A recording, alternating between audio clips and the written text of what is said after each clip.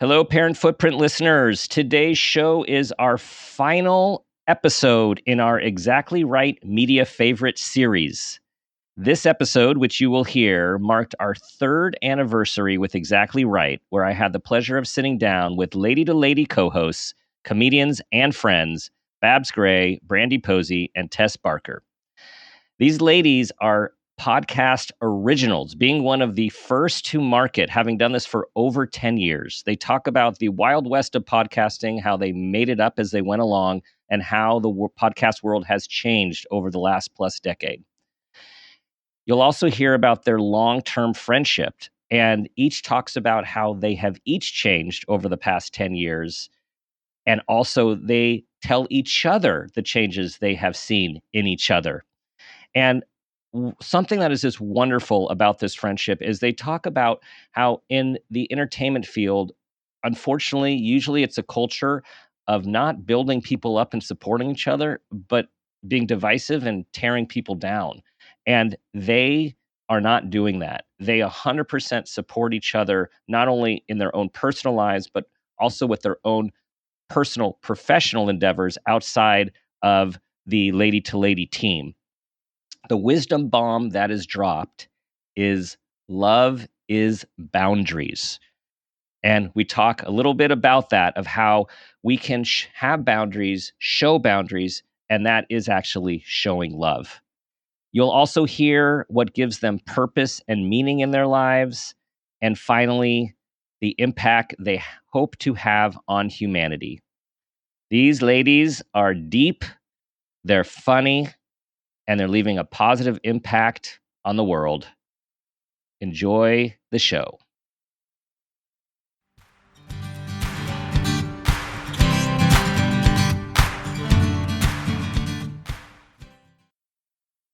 All right, what are you ladies saying about Babs? I got bangs. You got She got bangs. We all got bangs. We all got bangs. Actually. I actually noticed that from your headshots. I noticed there was a little different. That's so funny. Live. Yeah, over time. Yeah. We're doing great. We all got bangs. Yeah. It's all about self-exploration, right?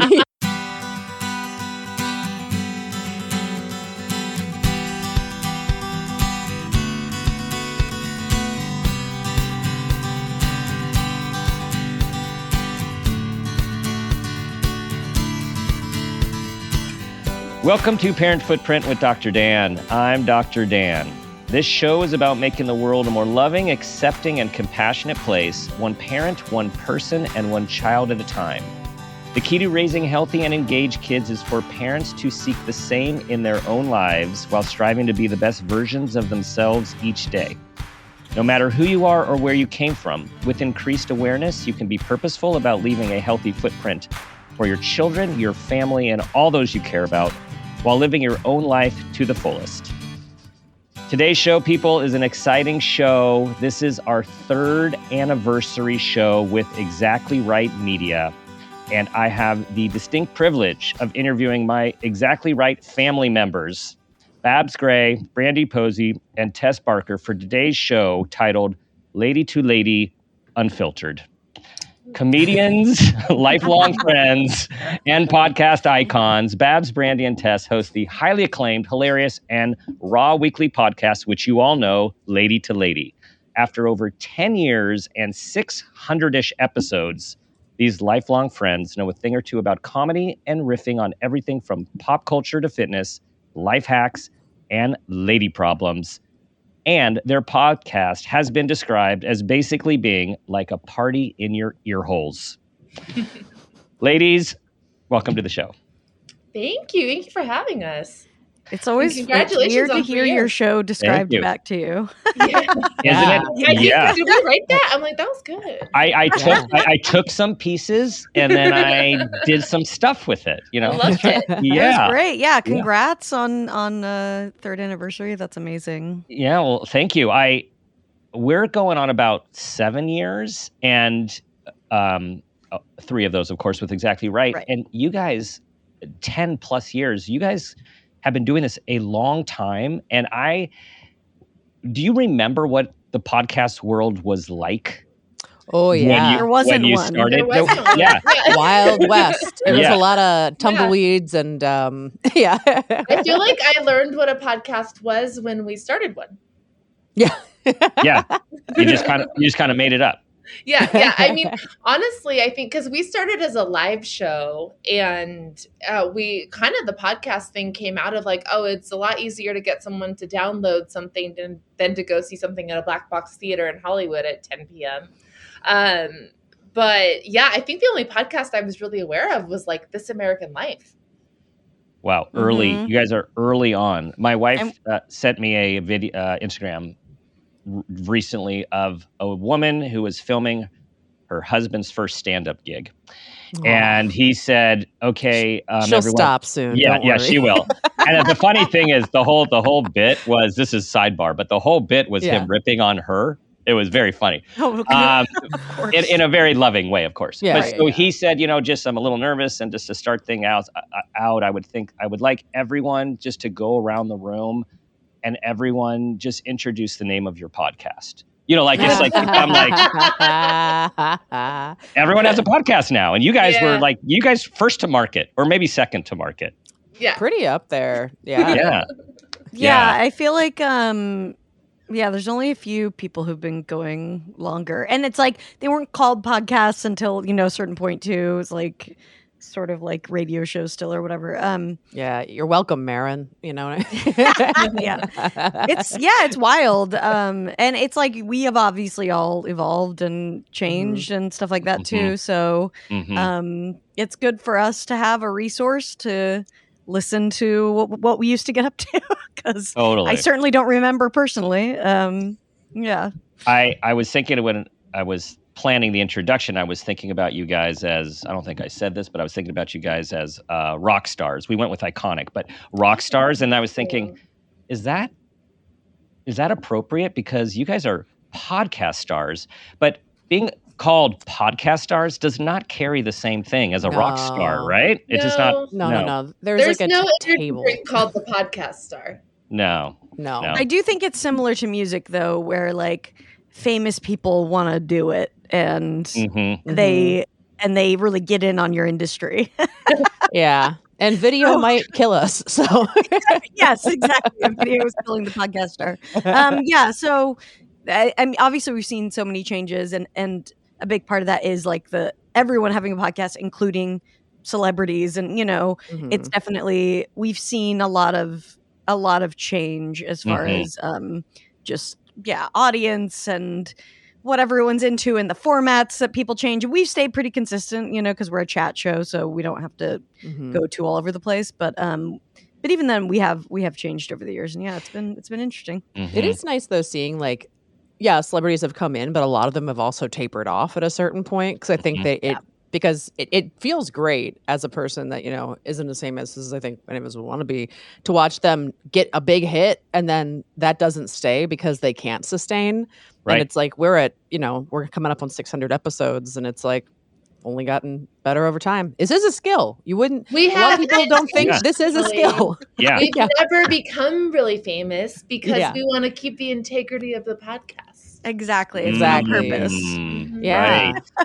Right. It's about values, right? Exactly. It's about values. That's exactly. Right. Yeah. I mean, how fun is a podcast if the three of us are like, well, we can't leave our house because we're scared of the outside world. So that's not fun. I think a few things are noteworthy. Of course, one is the longevity. And to your point, I heard a stat recently, which I don't even remember what it was, but the amount of podcasts that actually last is a very small percentage, right? And the ones that get to 2 years, I think is like some number, is still very low, but that means something. You guys are at 10. And not only are you at 10, there's 3 of you. So for everything to work first live for all those years, and then now virtually, that is a lot of sustained consistency to keep that up.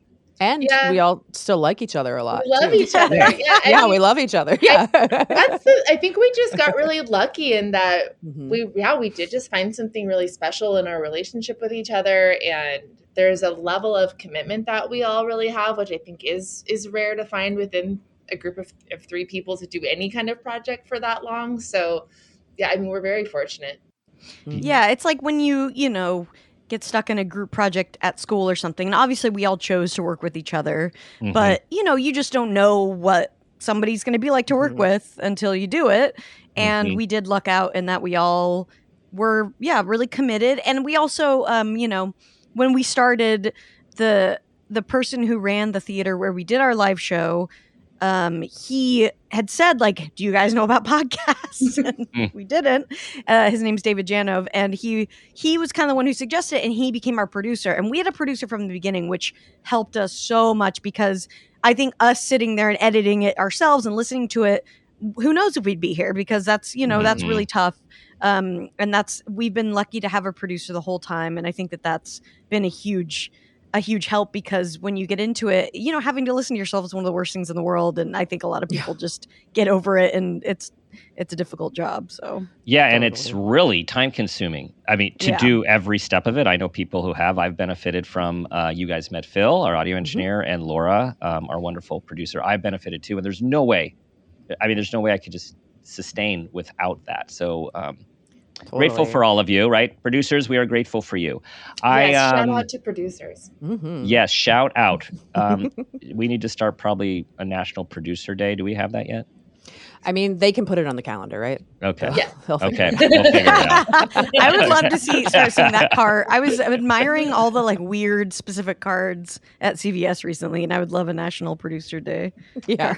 There's way too many days. Way too many days. But that's an important one. That is a really important one to add.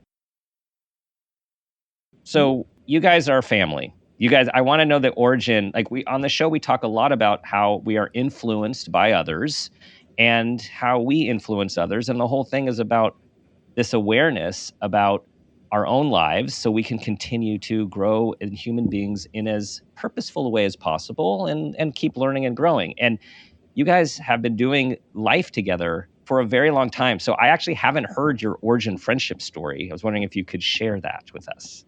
The year was 2005. Wait, what year was that? Probably 2005. No, 2008. 2008.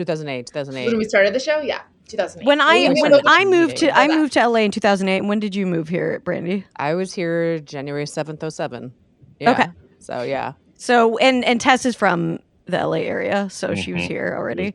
But yeah, so we started. Me and Brandie actually met through UCB improv classes, because like I was a big comedy nerd. I lived in Salt Lake, and I just knew I was like on a comedy message board, and it was all they were always posting like about UCB and about shows in LA, and I would see the lineups and be like, oh my god, I want to be there. And so when I moved here, I like threw myself in and just started taking classes there, because like that was the thing at the time. And then Brandie like took her 101 class at the same time as me, and we met like kind of at like the party at the end of those. Our rap party at the end. Jerry O'Connell was also in that improv class with me. And there was a moment where he was maybe our fourth. But Jerry O'Connell is like hosting the talk now. I just saw him randomly, and I was like, "What's going on?" Improv buddy, there he is. We need to get him on the show. I know, it'll be funny. Yeah, and then we both started doing stand up like around that time too, and then met Tess. Just because when you start stand up, you're just doing open mics like every single night of the week, like doing as much as possible. Yeah. Oh yeah. Yeah. So what was the connection then? How did it all connect with the trio? Really, it was the show. I think we became a trio when we started doing we were friends. Yeah. We were all friends with each other, but we became like a girl group when we started the show. And it was the Go-Go's. I think it was literally. Sorry. Well, obviously there was the origin story. We were. Well, I guess my earliest memory of the show was sitting outside my apartment. It was like the day after one of my birthdays. And you guys came over that morning, because I had that I used to live on like a hippie commune in the Hollywood Hills, and Babs and Brandie came over like around breakfast time, and I remember like sitting around a picnic table with you guys, like, okay, we're seriously going to do this. We're going to have a show, and like sitting and hashing the show out. But I'll let you guys tell the origin story of what you came up with. I think I remember there was a show called Holy Fuck. It was like a stand-up show that was pretty popular, and like we were very much like just doing shows all the time, making stand-up shows, and we were outside talking afterwards, and somebody had said something like man to man, and we were like, oh, what about lady to lady?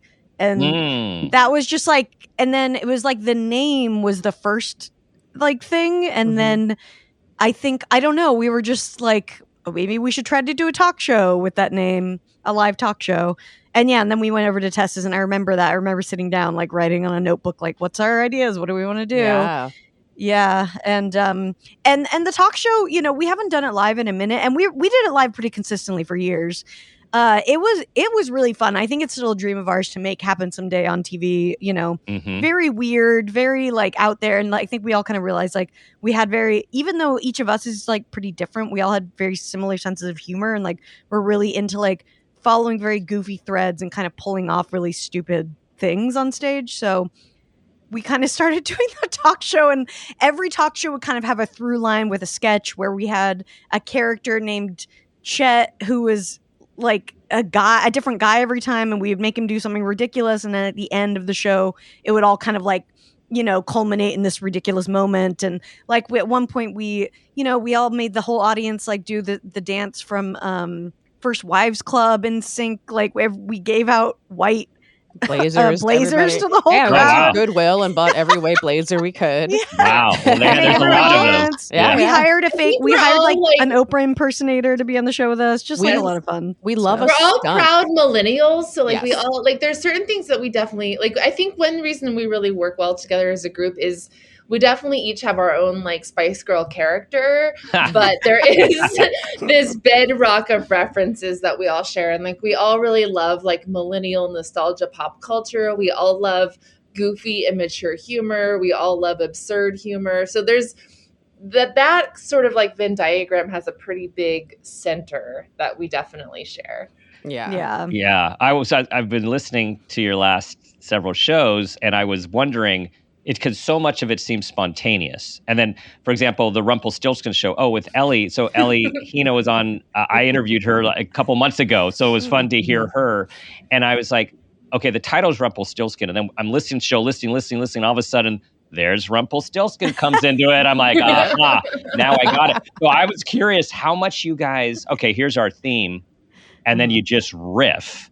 Or like, you know, what percent is complete riffing versus a little planning? Because there's a method to your there's very little planning. No, the titles come after the fact. Oh, that's clear. That's clear. Yeah. It's our producer, Katie, will send us a list of like 4 insane things that we said. And we're like, oh, God, we said that into a microphone. Well, which one are we the most proud of? And that becomes the title. Nice.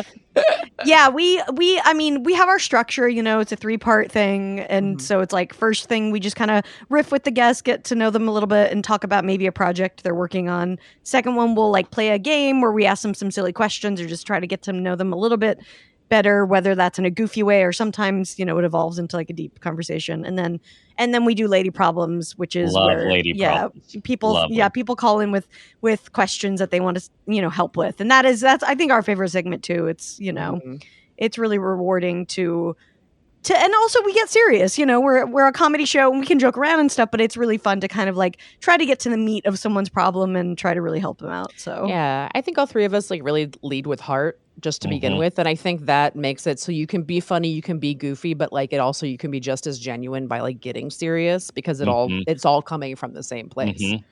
Well, and that's what I got that from the Lady Problems segments of like, you guys are being funny, but then you got a lady who's needing some advice, and you guys like lock in your hats. Like it's like everyone gets like down to business. Like, all right, we're gonna give some wisdom here.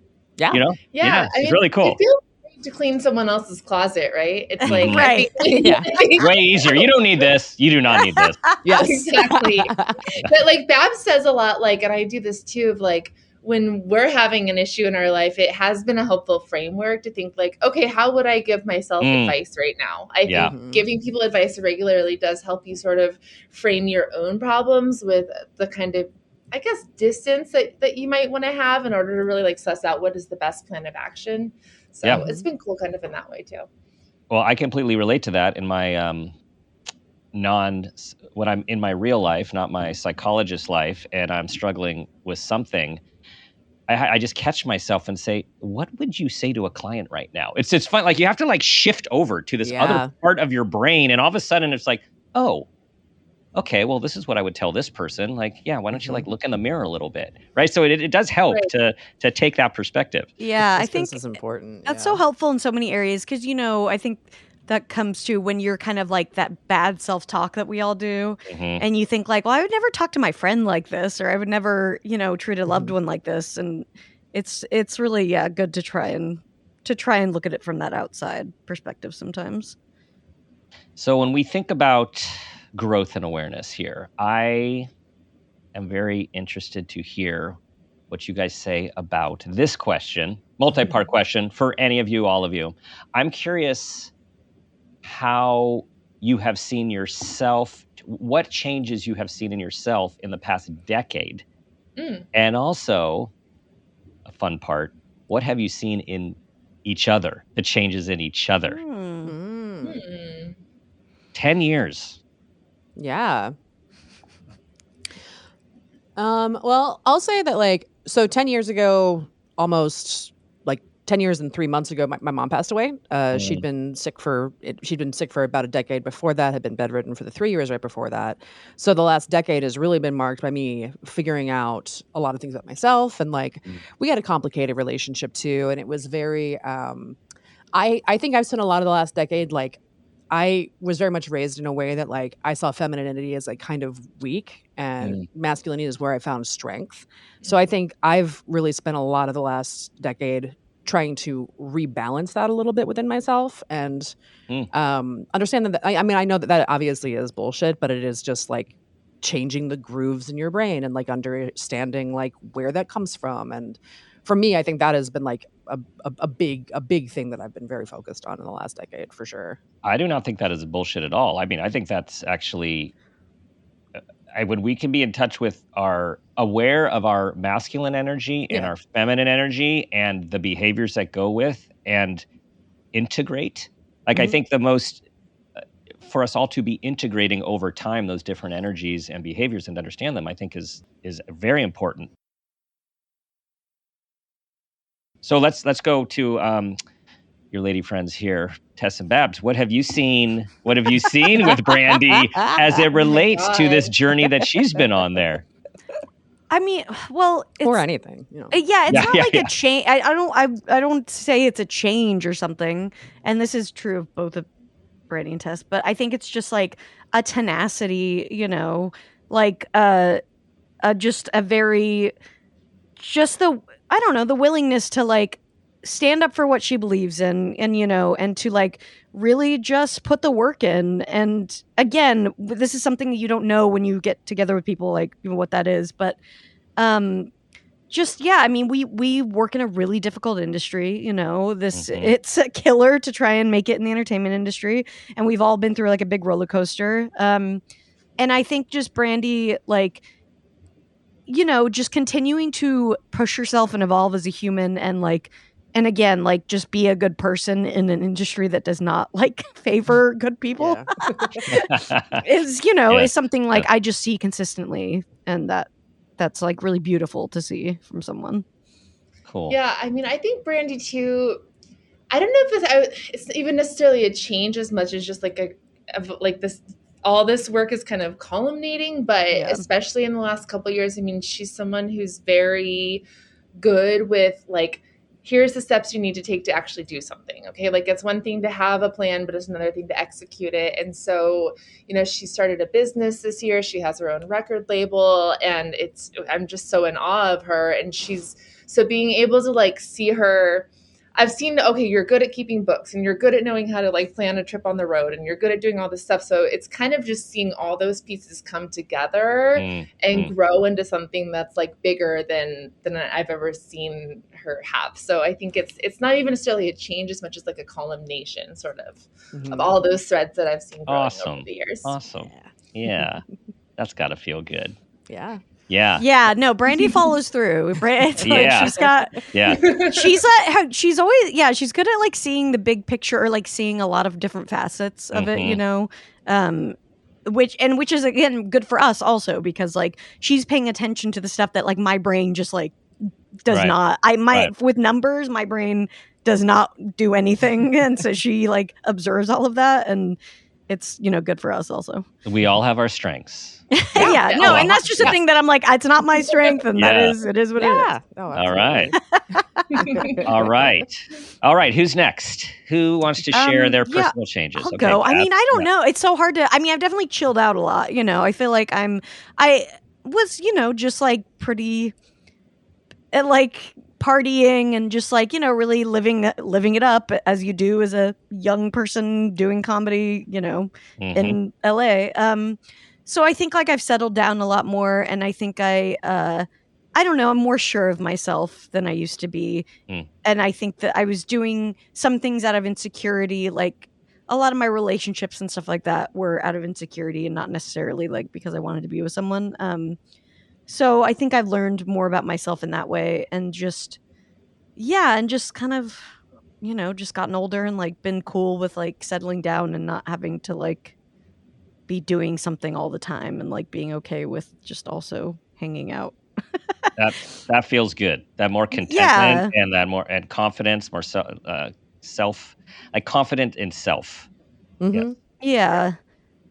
And I think I mean, you know, on a side thing, like me and Tess also went through a crazy journey with our podcast about Britney Spears. That was like a huge part of the Free Britney movement, and you know, that was like a years long journey. And I think on the other side of that has just made me more sure of myself, just because we had to deal with a lot of people who doubted us, and you know, it was a lot of like facing people who were kind of talking shit about you, and that was something I hadn't dealt with that level before. And I think that even though it was horrible, it did help me, and it helped me learn when to delete Instagram, delete Twitter. And like, even though like I'm not, it's kind of sucks because like in some ways I'm like, oh, I wish I was more active on there because you need it for your career. I'm also like thankful because I'm just like, I know now what, you know, where I get value from, basically. So all right, what are you ladies saying about Babs? I got bangs. She got bangs. We all got bangs. We all got bangs. Actually. I actually noticed that from your headshots. I noticed there was a little different. That's so funny. Over time. We're doing great. We all got bangs. It's all about self-exploration, right? Absolutely. Will they? Won't they? Who knows? No. I mean, I feel like Babs is like definitely like become more at peace, I think, in a lot of ways. And I think, you know, like somebody like told me a long time ago, like there's a phrase that lives in my head all the time of like, love is boundaries. That's like a phrase that I like have literally written on my wall and shit. And like Babs, I think, is like a really good representation of like working that and seeing that. It's like, the boundaries with the Britney shit, the boundaries with like shitheads, like, you know, and over time you learn, the more you learn to love yourself, the better you are at like setting the stuff and like being the one that dictates like what you want and like how the life that you know, you're like, I'm in control of this. Like the happiness comes from me. And it's like been really beautiful to see. Happiness is coming from inside the house. It's coming from inside the house. It's been funny. It's been great watching Babs become her own home. Thank you. Nice. Yeah, no, I agree. I mean, I think, Babs also like someone I've always thought of as very much herself, as always someone who I thought of as someone who knows who she is and enjoys being who she is. So I think that's something that like attracted me to her, you know, in our early friendship. But, you know, and we were early on in our friendship, we were both kind of single together and like single in our 20s in LA. And I think we both kind of had fun being a hot mess. That was a good time. We had a great time.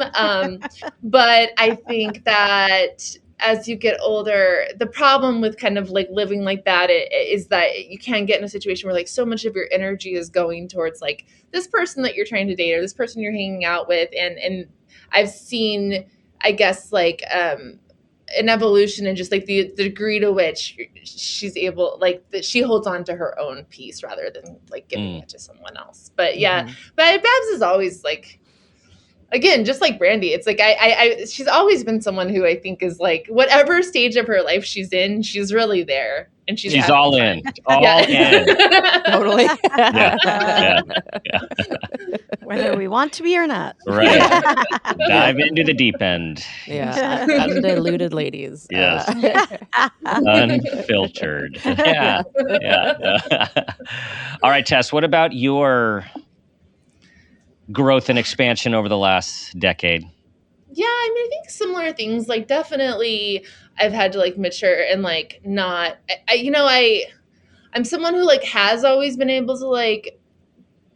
I could always like the kid that could like get an A and write the paper 2 hours before class, and so I think I've started to like learn to do that less, like just treat my body better and not pull as many all-nighters and not party as much. So that's been, I think, one big thing is I definitely like party substantially less, and I'm better at just doing things that are going to be better for my mental and physical health in terms of my workflow. Just because it's like I actually do still love pulling all-nighters and I work really well late at night, but then that just messes up my whole week. So then it's been kind of like figuring out that equation of like, okay, you might get a lot of fun work done in this 12-hour period, but then you're going to lose 2 days from the sleep that you have to do to make up for that. So I've been doing that less. But then also, like the boundaries thing, I think particularly for women, I think that one thing, a journey that I'm still on, but have been trying, that I feel that I have progressed on is separating like your own needs from like the desire to like not hurt people's feelings and to really understand that sometimes in business you have to have those boundaries, even if it's at the expense of maybe making someone sad or hurting their feelings. That because I have to think at the end of the day, like what is not hurting this person's feelings or is making this decision, is that worth something that really means a lot to me? So that's been something that I feel like I've progressed with too. That's really important. I wrote down too, love is boundaries after Brandie said that. I mean, that's gold, right? Because when we think of those of us who are more pleasing in nature, don't want to hurt people's feelings, want to do, I don't know, whatever the right thing is.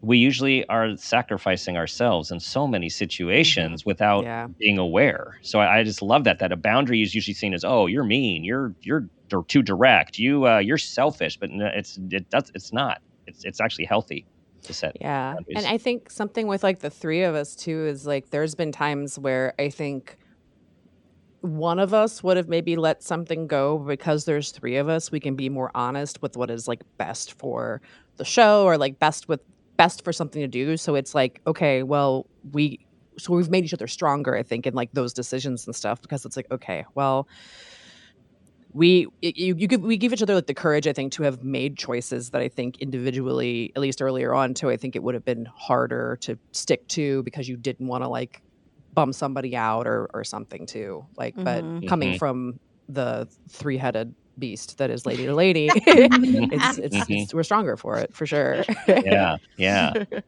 Well, and Tess also Tess is an adrenaline junkie, like truly, like for like used to max out credit cards going skydiving famously, and I think it's been amazing. Like, and she's also such a selfless person, and like watching her like marry those two things over time, and like really like get like that same rush and satisfaction from like saving a dog, like from doing all this shit that she does that is like a boundless amount of energy that is like crazy, that like I love just to watch like how much she's been able to like take care of other things, and while also learning those boundaries and stuff around it now too, which is cool.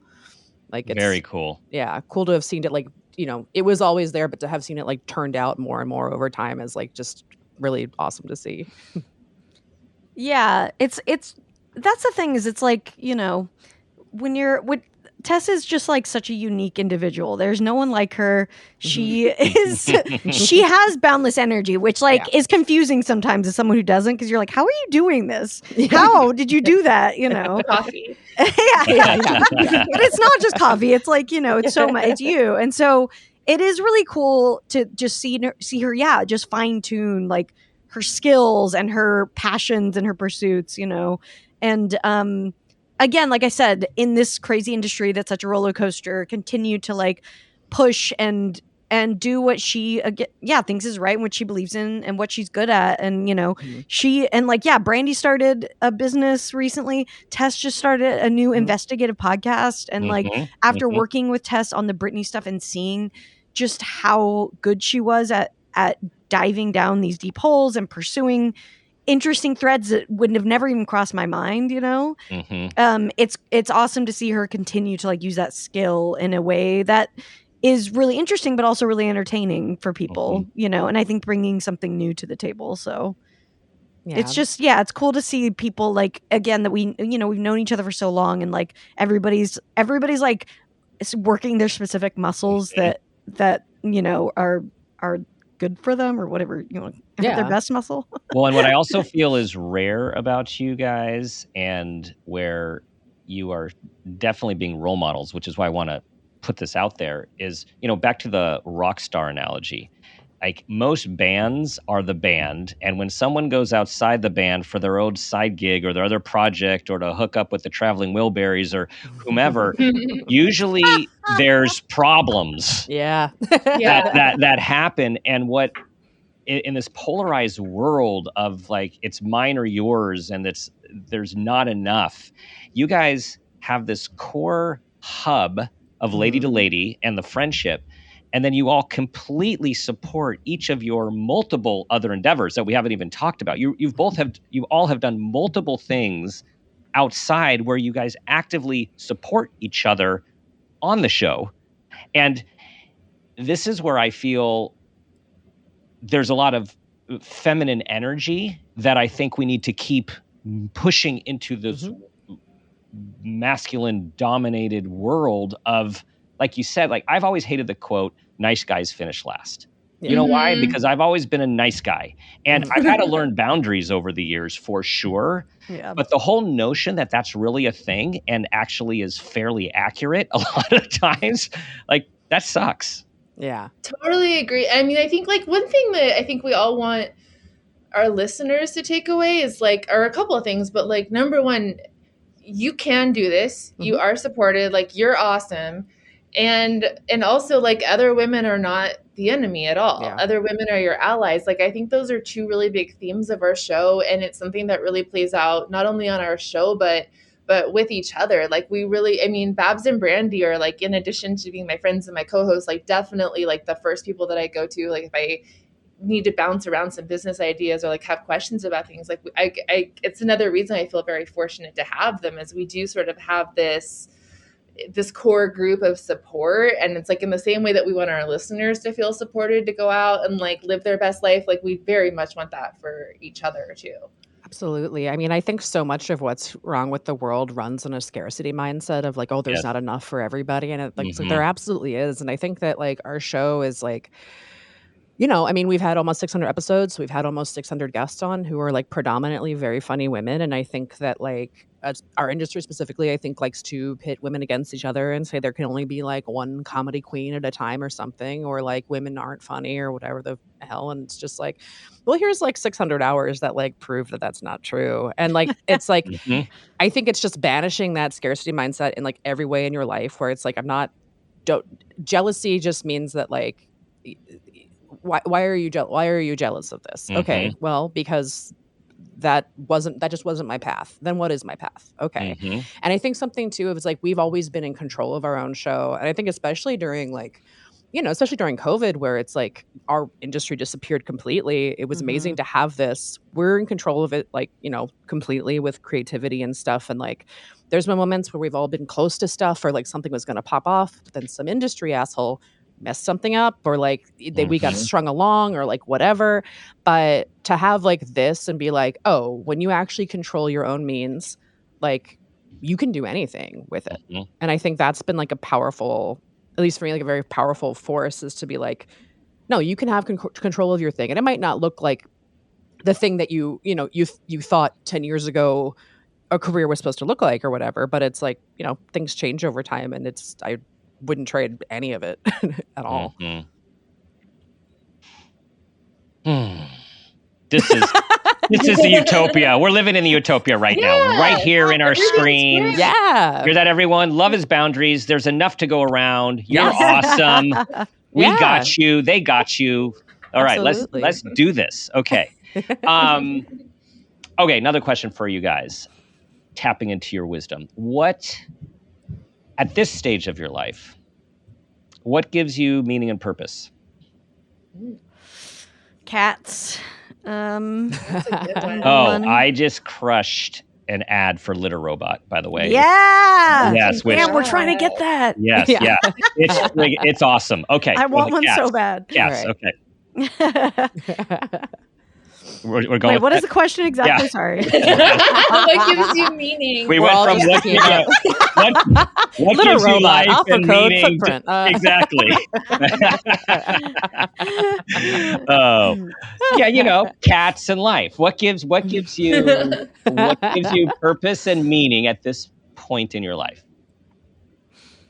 I mean, I think personally, I am always trying to push to evolve and push and try and like grow. And that you can be in different areas at different times. I mean, I love stand-up comedy. I love getting better as a comedian. That's one of my favorite feelings and one of the favorite muscles that I've worked over the years. And it's really fun to be able to go on stage and trust yourself and not even be prepared, but have it go well or whatever. So that brings me a lot of joy. As someone especially who's there's not a lot of skills I've really honed in on, and that's one of them. And so it's nice to see kind of the fruits of your labors after working a lot on something like that. So yeah. I would say that, and my home, being here with my boyfriend who I've lived with for 5 years, who's lived here with me for 4 years.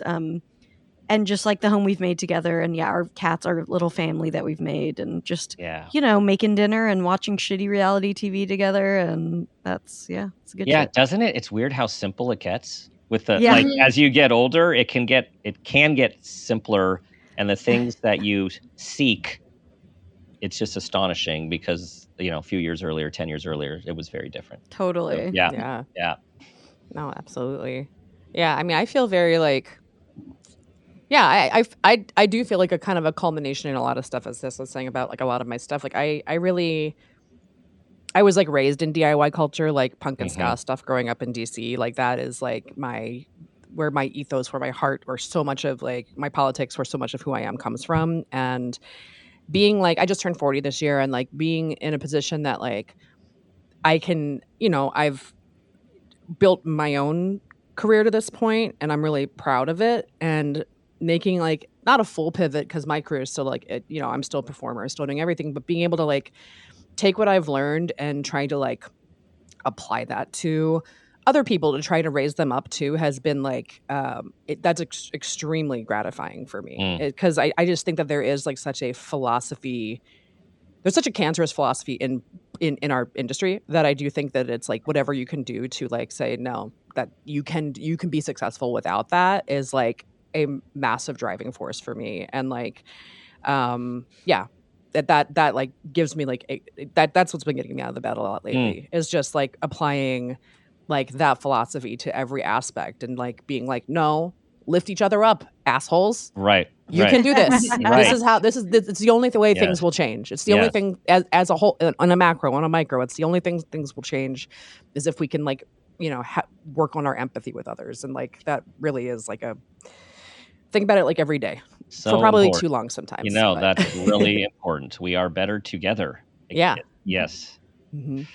I think what gives my life meaning, I really just feel what I want to do with my life, and what drives me is just I really enjoy making things. Mm-hmm. I love feeling oh, this was just this abstract idea, and then I turned it into a concrete thing that's out in the world. And I love the feeling. I really derive a lot of meaning from the feeling that I've made something that has made someone's life better. Even if it's just, I made your hour better at the gym because you listened to a podcast episode that I made, or I wrote something that was thought-provoking for you, or even cooking is definitely one of my love languages. I was just back visiting my grandparents, and my grandpa, he's 93, and his love in life is cookies. And I made him a batch of chocolate chip cookies before I left because he has a hard time getting around, and he's not feeling so hot, but like if I can just make him happy, like while he's eating that cookie, like that, I derive a lot of meaning from. I just like making people's lives better if I can. And I'm a Taurus rising, so like I very much like I like food and nice experiences, and like I do get like the food and naps and trips to the beach, like those things do give my life meaning. Like I can think about you know, a glass of wine that I had 5 years ago and it still makes me happy. So wow, that must have been a very good red. Yes. It was red. It was red, white, right? Yeah. Who says that about white wine? 5 years ago, I had the best glass of white wine. Wow. Okay. I'm on an Albarino kick that I may 5 years from now let you know about. Okay, I do. I like Albarino. We'll reconnect on that. You guys are creators with purpose. Creators with purpose. Yeah. I mean, I always try to think of like, if I was given $5 million tomorrow, what about my life would I change? And there's very little besides getting a pool, I think, for me, that I would want to do differently. Well, that's got to feel good. Yeah. I mean, it would be a really good pool, but I'm picturing an infinity pool. At the very least, there'd be a slide too. I mean, you can go right off the edge of the cliff, just way down. yeah, that'd be fun. The ultimate infinity. I mean, see, like where I live, I can see a guy who has a pool that I love, and like I don't necessarily need to have the pool, but I do need to have access to it. So I think that my $5 million would go towards somehow manipulating him into being my friend, so that instead I can of just getting your own pool. Well, I mean, we're not going to put a pool here. Well, with $5 million, you can buy your new house with a pool. Yeah. I'm already on this path. Okay, you're on this path. Buy his house. Yes. Yeah. I'm on the path of manipulation. Don't stop me, please. Okay, so one more question before the final question, and this is actually you've all have led into this. And probably partially answered it by your last great response, which is what impact do you hope to have on our fellow humans? I literally my brain just went to in Singing in the Rain when he does the make 'em laugh song and dance. That's like just all. That's like what at the end of the day, that's really what I want. I like to entertain people. I want to make someone have like a good moment. I like hosting dance parties and DJing too, and it's the same type of thing. Like I just want to give someone like a fun night where they can kind of forget about all the bullshit for a second. Nice. I think that to me that's it. I don't think about it like too much otherwise, because then I just get, I don't know, it gets too heady for me, but that's it. Make them laugh. I mean, laughter is powerful. I mean, I always think there's this Stephen Colbert quote that I always think about where he talks about how like the act of laughing, in the moment that you are laughing, it is impossible to be afraid, because a laugh is to say, I am joyful and I am here. It's to identify yourself in that moment as joyful. And like, it is a powerful emotion, I think, to elicit from somebody, because like we live in a world that wants us to be fearful, and that's where like that take care of only myself comes from. So like a laugh opens you. And I think there's your headiness. That's good. I'm a Pisces. There's the stuff that I can't. Well, before Tess answers, I just think you guys should think about going into comedy, because I think it would really mix with your goal of making people laugh. We should dedicate our whole lives to it. Yeah. Just a thought. Just a thought. What about you, Tess? I mean, I guess, I don't know, this sounds like it's trite, but I honestly just want to make people happy. I want to make them smile or be happy. These things are so important, because we tend, some of us, to go down the rabbit hole of why are we here and what's the purpose. And it's really important to pull ourselves out and be just engaged in the present. And when you guys make people smile and make people laugh, the ripple effect, I mean, now I'm going to get a little heady, but the ripple effect of changing someone's day and the impact that has on them and how they treat everyone else that they see that day, like it's huge. Absolutely. Well, and I think like, obviously there's a lot of ways you can be comedy is, very political in a lot of ways, right? And depending on you can talk about things that are political, you cannot. I think being women in comedy is kind of inherently political because we're having opinions loudly on a stage, Yeah, I have the microphone is like yeah. So I do like to a lot of my stuff can kind of have this like secret message that it's not necessarily knocking you over the head with, but a lot of like the hidden feminist, meaning or whatever. And obviously, I just think that laughter is a great way to bridge the gap. And I think that there's so many perspectives that can really be delivered in a way that are, that people are like more open to with comedy than they might be in other ways. So I do think it's a really important art form in that way, and not all of it is. I mean, a lot of it's just poop jokes and whatever, But that's why I really admire, great comedians who can talk about like really heavy things and make them funny and make everyone laugh about them. So I think it's definitely important in that way. Yeah, you get him with the poop joke, and then you hit him with the "I'm a person" joke. Yeah, a 1-2 combo. Yeah, literally. Yeah. Hey. Wow, What are we, pros? Whoa. Damn. All right. When's our next show, guys? Okay. It's time for you. Okay, I got to recenter here. Time for you, wise ladies, to answer the parent footprint moment question. Okay. Here we go. Ready? Seatbelts on.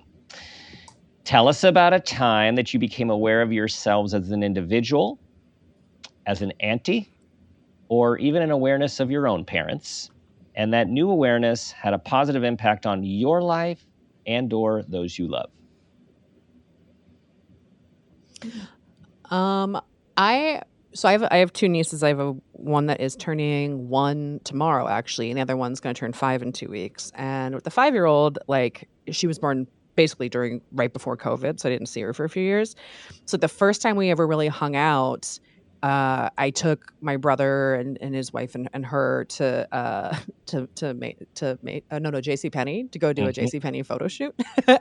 And I was like, oh yeah, you're a motherfucking aunt, and this is the kind you're gonna be. And it was like, my aunt I was very close to her growing up, like, and still am, but like she was like there's several people I kind of consider my mom, and like she's definitely one of them. And like it was a moment of like, oh, you get to be that now, and this is the way you're gonna do it, and you're gonna do it like you're gonna be fun and silly, and like you're gonna like it really just like felt like this moment of like, oh yeah, you get to do a lot of this shit that like you wish you had either done or like you did do in some capacity, and you get to do it in your own way. And like that, it's cool because now there'll be moments where I'm like, I'll be on tour or something, and I'm like, okay, I can buy stuff for Harley because like I don't want kids, but I'm like, oh, it's like fun to have like kids that you can buy stuff for and send to and like surprise them with, and like it's really I love that. I really like, and that was like kind of the first big thing I ever did with them, and was like, oh hell yeah, okay, cool, this is gonna be fun. I think the cool aunt and the meaningful aunt is one of the most special relationships that are there for the youth growing up. Like it's when you can't go to your parents, you go to that aunt. Like it's a really important relationship. Yeah. Absolutely. Yeah, I think for me, because I had, I have a lot of aunts and uncles who I love very much, but like especially I had an uncle that he lives in Santa Barbara, and he's my godfather. And like throughout my childhood, he doesn't have kids, and he would take me to like these nice lunches in Santa Barbara, and that's where I got my taste for good food and nice restaurants.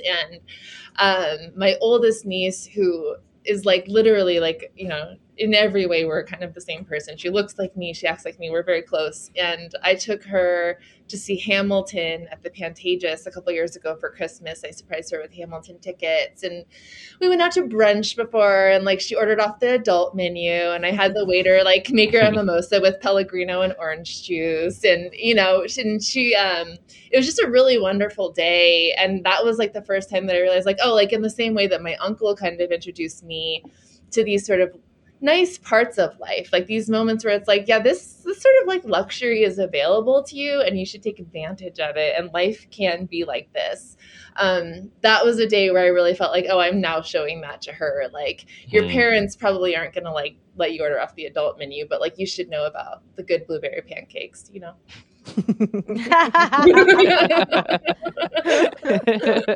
Everyone should know about those. Oh, absolutely. Yes. Yeah. What about you, Babs? Yeah, so my brother and my sister-in-law live in Washington with my niece and nephew. And so I see them maybe, hopefully twice a year, usually twice a year, maybe 3 times if we're lucky. So this last Christmas, it's always like a pain in the ass to decide to travel, and I just wasn't sure and all this stuff. And my brother and my sister-in-law were like, oh, see if you can make it out. So I kind of decided to go last minute, and we were like, oh, let's surprise the kids. And we surprised my nephew first, and he was kind of like, okay, whatever, because he's trying to be a cool kid now. Okay. Yeah. Yeah. And then we went to pick up my niece and at her school, and just like, we're just standing there, and she saw me, and just like the way her face lit up, and she ran over to hug me. Oh God, I'm gonna cry. It was just really special, and I've really put in the work to like foster a relationship with them, because they do live far away. I don't get to see them as much as I'd like. And it's really important to me to foster this because I don't have kids. I don't think I'm going to have kids. And I obviously want to, I want to be there for them. And I want to show them that like, I want to be in your life. I want to be present in your life, and I want to be there for you. And I think it's just also, it's an opportunity as someone who's like kind of extra.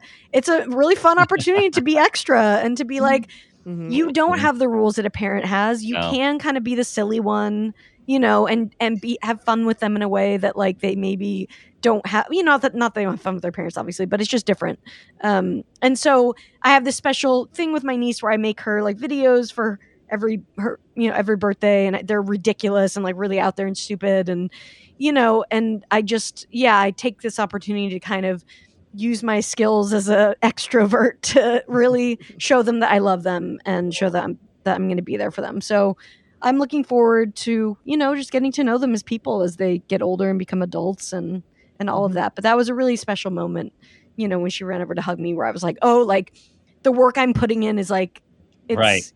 It's there. It's happening because I don't always do that. I'm not great at fostering relationships sometimes. Like it takes a lot of extra work, and, it can be hard. And so I was really happy to see that, like, right, okay, it's just keep going and keep doing this. That's really cool. Really cool. And it makes me think of a close friend's father passed away a few years ago, and he was a very special person in my life. And at all the talks about him were, and he was from Ireland. His family was all over the place, and he always showed up. And that's what all of his nieces and nephews who spoke said, that he always showed up for no matter like all the big moments. And it was that presence, and that relationship was so important. So that fills me up, and I want to share that back with you guys. I love that. Making a difference. Like it really makes a difference. And we sometimes don't realize when our lives are so stressed, and it's travel, and like, is it really going to make a difference? And I think we often undersell the impact that we're having on the lives of our loved ones. Absolutely. I love that. Yeah. Yeah, I'm the oldest of 7 because I have several half siblings, but I have triplet half brothers who just graduated high school. Wow.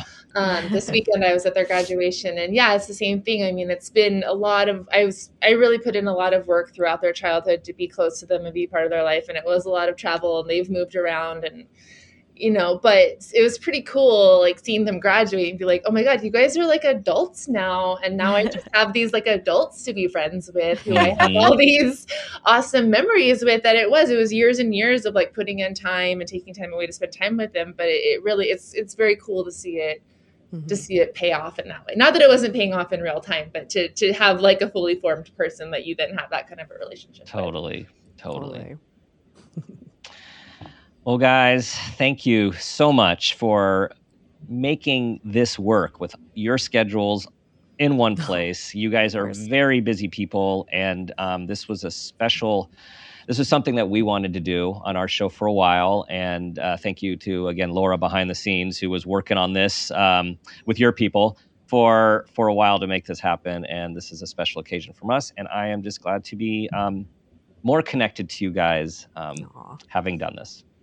So fun. Thanks for having us. Yeah, this has been a real pleasure. And we're obviously going to record an episode right after this because that's what we do. So yeah, we'll be getting on a different Zoom. Yes, different Zoom and launch right into it. Yeah.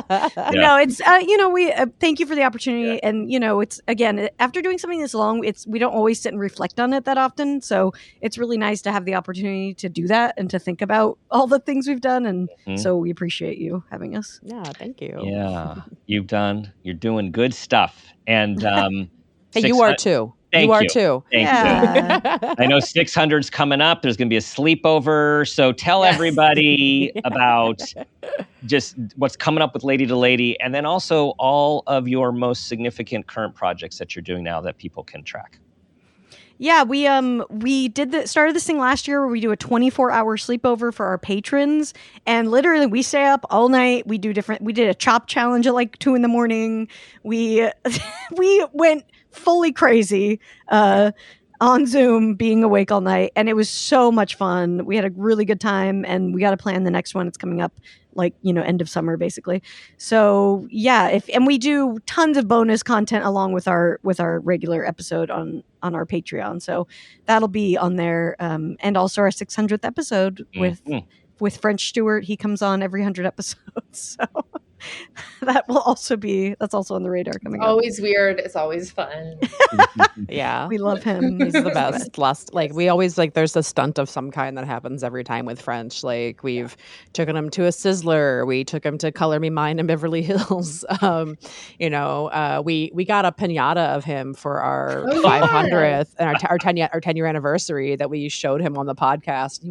He was touched in a way that it was funny, but he was also just like, thank you. No one's ever made a piñata. Be gentle. Yeah, exactly. So that's coming up, which is fun. But yeah, patreon.com/LadyToLady for all of our stuff over there, and follow us, Lady to Lady Comedy, on all of the things. And then I have my record label is called Burn This Records. Our 8th release is on the way out. Tess's was coming out later this year, and it's a more equitable way to make money for other comics, and it's just trying to be a fairer label than most of the ones out there. But Burn This Records on Instagram. Burn This Podcast is also the podcast that goes with it, where I interview every artist, and I play a few tracks in their album on its way out, basically, just to give you a little taste. And those are a fun and silly time, and I'm very proud of all the stuff we're doing over there. Nice. Yeah. And Tess, do you have something going on? I do. As Babs mentioned, I just launched a new investigative podcast that I'm very proud of. I've been working hard all year on it. Every week I'm taking what we did with the Britney Spears story, taking what maybe seems like a fluffy pop culture story and applying a serious journalistic lens to it. And then I'm also having episodes where I have friends come on and chat through different mysteries with me. But my first episode is about The Bachelor. I got a producer to come on record and give some pretty behind the scenes stuff. Serious behind the scenes stuff. Gnarly. Yeah. And this is they had to put a voice changer on him, so it's very or real. Yeah. Oh yeah. Wow. It's a very big. This is big, everyone. Juicy. It's very juicy. Yeah. Mm-hmm. Wait, you're telling me that everything we see is not exactly what happens? Not exactly. Spoiler alert, you probably don't want to go on The Bachelor. Damn, I was considering. And I'm just doing just doing stand up, and I have a few projects in the works that won't be coming out for a minute, but we all post our stuff on our Instagram and all that jazz. So yes, and not just stand. You are making people laugh. You are filling their life every day. I did have a really I'm just going to tell a quick anecdote, but I was on the road recently, and my grandmother passed away. And I was like on the way to a show, and I was just like, I'm still going to go do the show because I don't know what else to do with my time right now, And it was like at an Elks Lodge in this weird tiny town in Pennsylvania. I was like, where the hell am I, And I talked about my grandma on stage because, that's what I do. And I have a few jokes about her because I'm named after her and stuff like that. And afterwards, a woman came up to me, an older woman who looks like she probably is a grandma. And she said, like, is that true? Did your grandma just pass? And I was like, yeah. And she just gave me this huge hug and was like, she was watching you and she was watching you make us all laugh tonight. And like, she's proud of you. And it was just this really special moment of, that I wouldn't have had if I hadn't shown up to the show and if I wasn't deciding to just do it. And it was, it was really amazing. So I've been trying to carry that with me, as I'm going forward and doing this. But yeah, she's with you. Absolutely. She's with you. Yeah. Yeah. But yeah, just we're all always doing stuff, and we all are doing, stand-up shows and stuff like that too. And we should do it. It's been a while since we've done a live Lady to Lady, but we'll get that together again because that's always a really good time. So definitely follow us for that and see what weird shenanigans we get up to. Oh, and we should say we're doing some festivals later this year. We're going to be in the Pacific Northwest, so follow us for details. Yeah, we're going to be up in like Northern California and stuff, headlining a festival in October. Somebody told me We're going to be at the Savage Henry Comedy Festival in Eureka, California, and also Santa Cruz Comedy Festival in Santa Cruz.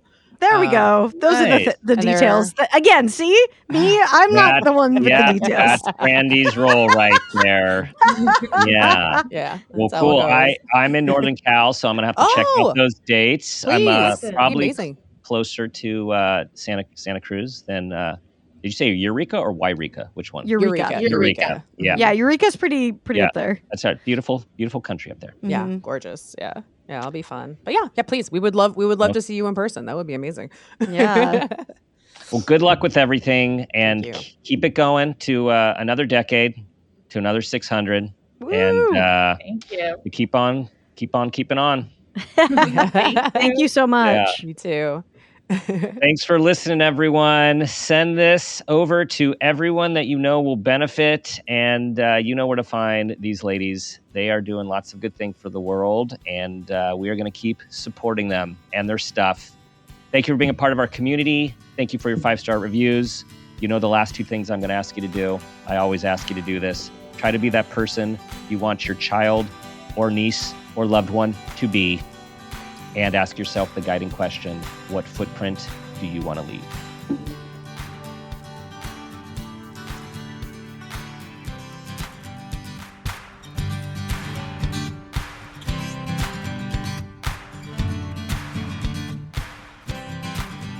This has been a Peters and Rossi production. Parent Footprint with Dr. Dan is produced by Laura Rossi. Our engineer is Phil Rossi. Theme music is Strummerman, composed and performed by Pro Tunes. Artwork is by Garrett Ross. Follow us on Instagram and Facebook at Parent Footprint Podcast and on Twitter at Dr. Dan Peters. For more information, go to exactlyrightmedia.com.